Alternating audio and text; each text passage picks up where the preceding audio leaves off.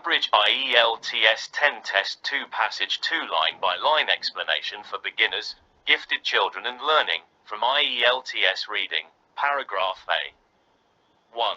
Internationally, giftedness is most frequently determined by a score on a general intelligence test, known as an IQ test, which is above a chosen cut-off point, usually at around the top 2 to 5%.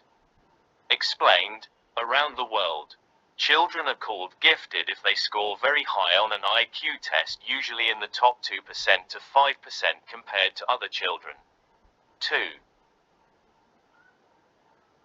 Children's educational environment contributes to the IQ score and the way intelligence is used. Explained, a child's home and school environment affect how well they score and how they use their intelligence.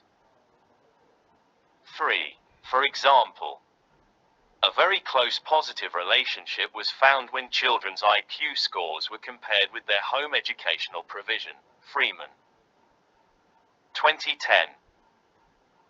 Explained, a study by Freeman, 2010, showed that children who have a better educational setup at home usually score higher on IQ tests. 4.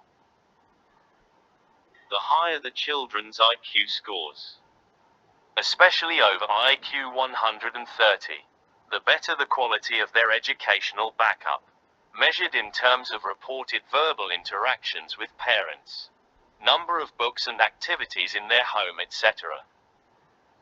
Explained, children with higher IQs, especially over 130, often live in homes where they talk more with parents, have many books, and do educational activities. 5.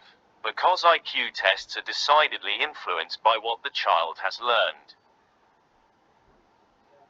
they are to some extent measures of current achievement based on age norms, that is, how well the children have learned to manipulate their knowledge and know-how within the terms of the test. Explained, IQ tests are affected by what a child has already learned, so they partly measure what a child currently knows for their age. 6. The vocabulary aspect, for example, is dependent on having heard those words. Explained, for example, a child's vocabulary score depends on whether they've heard and learned the words before. 7. But IQ tests can neither identify the processes of learning and thinking nor predict creativity. Explained, however, IQ tests do not show how a child learns or how creative they are. Paragraph B. 1. Excellence does not emerge without appropriate help. Explained, children cannot become excellent on their own. They need support. 2. To reach an exceptionally high standard in any area, very able children need the means to learn, which includes material to work with and focused challenging tuition and the encouragement to follow their dream. Explained, gifted children need learning materials, good teaching, and encouragement to achieve great success. 3. There appears to be a qualitative difference in the way the intellectually highly able think, compared with more average ability or older pupils, for whom external regulation by the teacher often compensates for lack of internal regulation. Explained, gifted children seem to think in a special way, unlike average or older students who usually depend more on teachers to guide their thinking. 4. To be at their most effective in their self-regulation, all children can be helped to identify their own ways of learning metacognition, which will include strategies of planning, monitoring, evaluation, and choice of what to learn. Explained, all children can learn better if they understand their own learning style. This is called metacognition, which includes planning, checking progress, reviewing, and choosing what to learn. 5.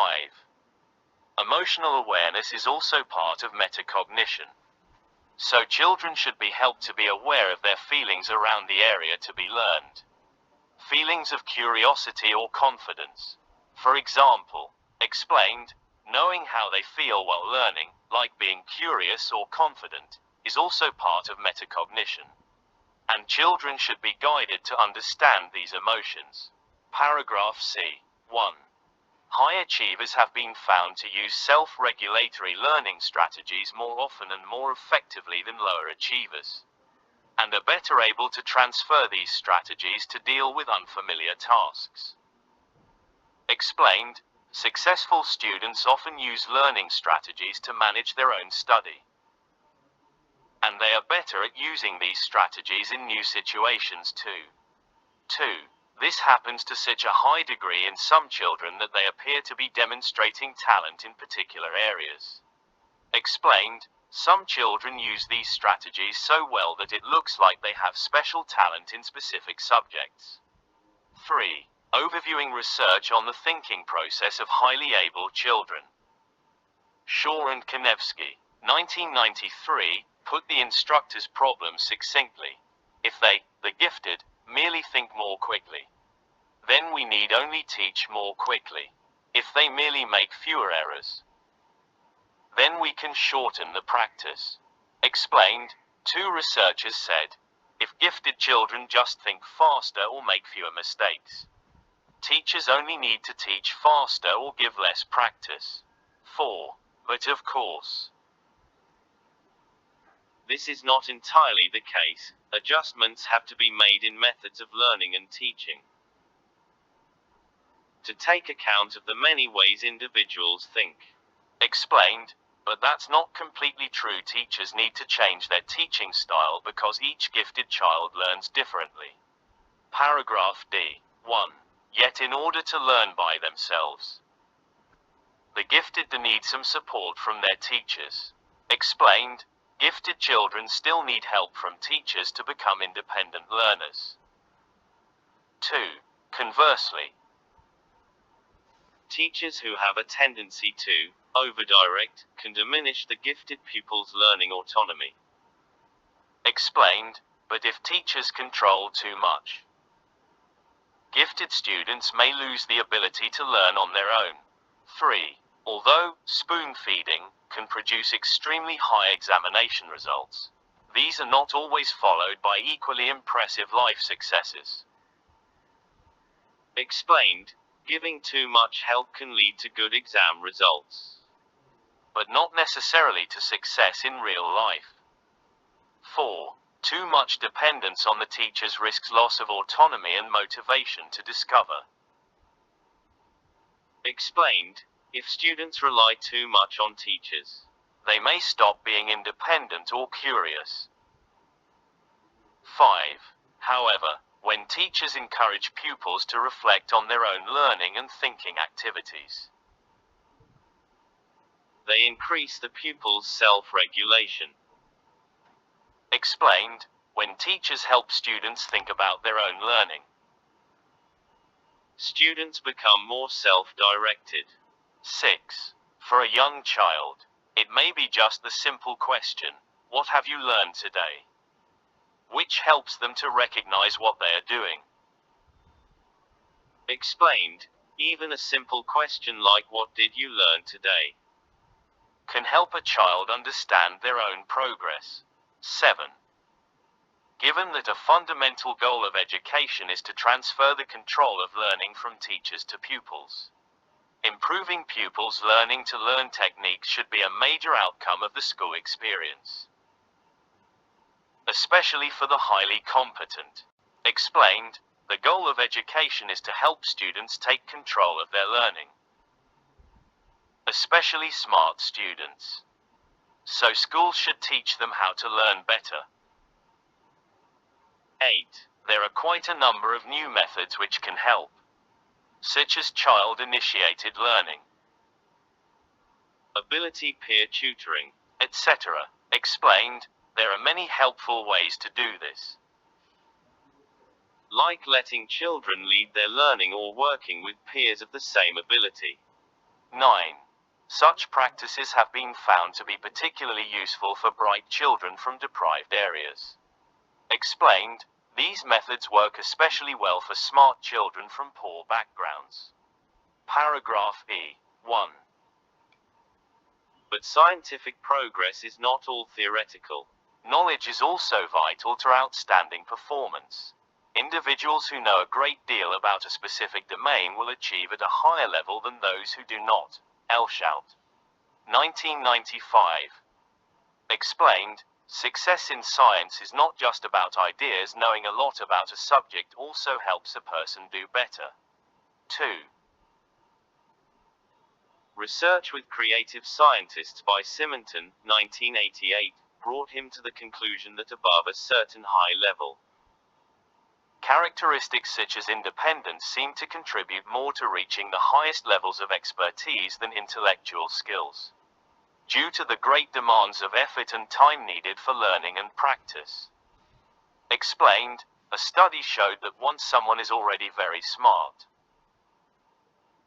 things like independence become more important than intelligence because learning and practice take a lot of time and effort. 3. Creativity in all forms can be seen as expertise mixed with a high level of motivation. Weisberg. 1993. Explained, creativity is a mix of being skilled and having strong motivation. Paragraph F. 1. To sum up, learning is affected by emotions of both the individual and significant others.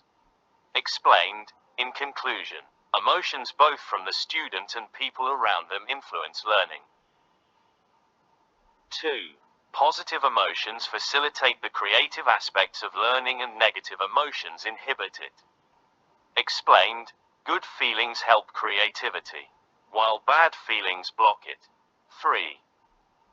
Fear, for example, can limit the development of curiosity, which is a strong force in scientific advance, because it motivates problem-solving behavior. Explained, for example, fear can stop curiosity, which is important in science because it makes people solve problems. 4. In Boerkaart's 1991 review of emotion in the learning of very high IQ and highly achieving children, she found emotional forces in harness. Explained, a study found that high-achieving children are able to control their emotions well when learning. 5. They were not only curious, but often had a strong desire to control their environment, improve their learning efficiency and increase their own learning resources. Explained, these children are curious and also want to take control, learn better, and find new ways to learn more.